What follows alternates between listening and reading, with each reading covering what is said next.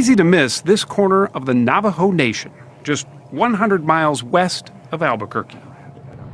Most things pass the reservation right by, including progress. Many of the roads here are unpaved. Electricity is spotty.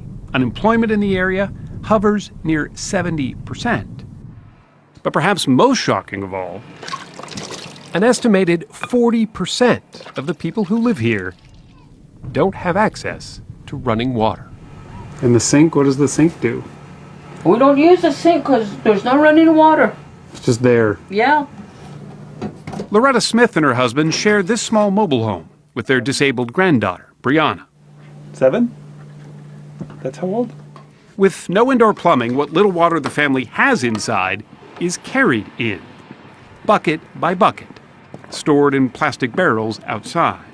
Do you feel sort of forgotten out here? Yes, for sure, yeah. The area's main source of drinking water is miles away, in the parking lot of the St. Bonaventure Indian Mission, in the town of Thoreau, New Mexico.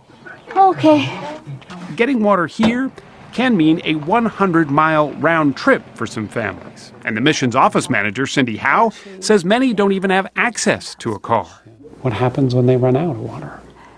If they don't have any water, it's just they don't have any water.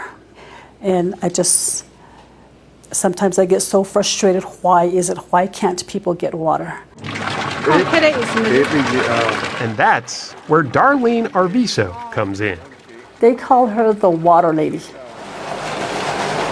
Every day, Darlene loads up her big yellow tanker truck and takes to the roads to deliver something most of us take for granted. When I see her coming, yes, water.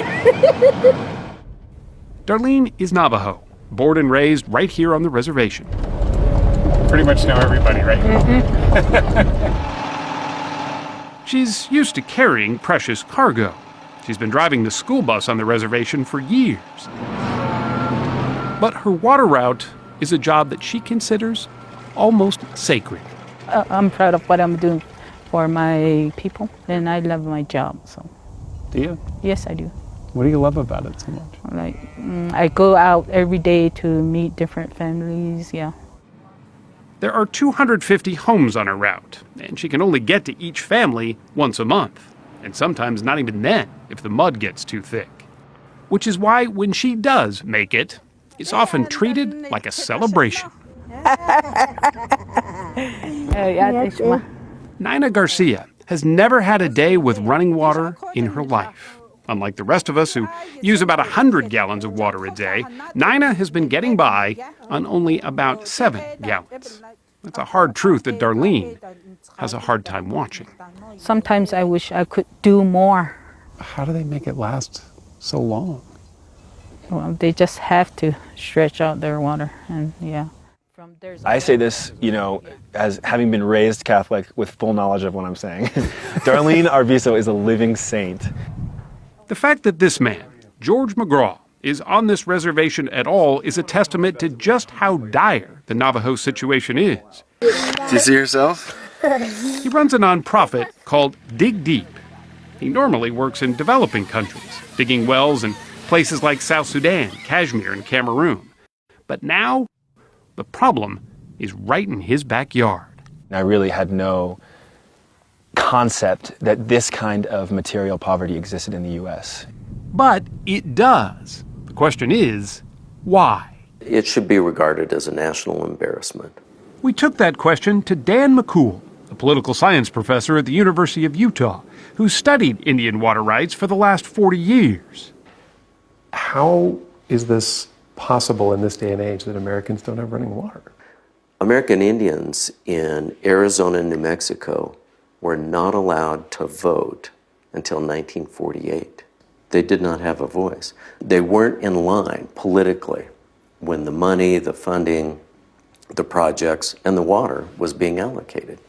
So the only source of water left for the Navajo is groundwater, lying deep beneath the hard rock of the Continental Divide. We took this project to hydrogeologists, to engineers, to construction specialists all over the country, even here in the Southwest. And everyone said, well, this is one of the most challenging projects we've ever seen. Even if they can find water, it might not be drinkable. You'd probably start to hit water here at about 600 feet, but the water you'd get out would be laced with uranium. That's from years of mining on the reservation during World War II. Older water wells dot the landscape. Sarah Begay, who's lived on the reservation all her life, took us to this one. It's still pumping water, but few dare drink from it anymore. For years, I mean, maybe a good 20, 30 years, It was fine. it was fine. And then what happened? People started getting sick. So dig deep must dig deeper, and the clock is ticking. Running out of water by the middle of the month is a painful experience. And most of them do. Yeah, most of them still do. Good morning. Lindsay Johnson makes sure she doesn't run out. She has a system to conserve every drop Darlene delivers. What would you do without her? I don't know.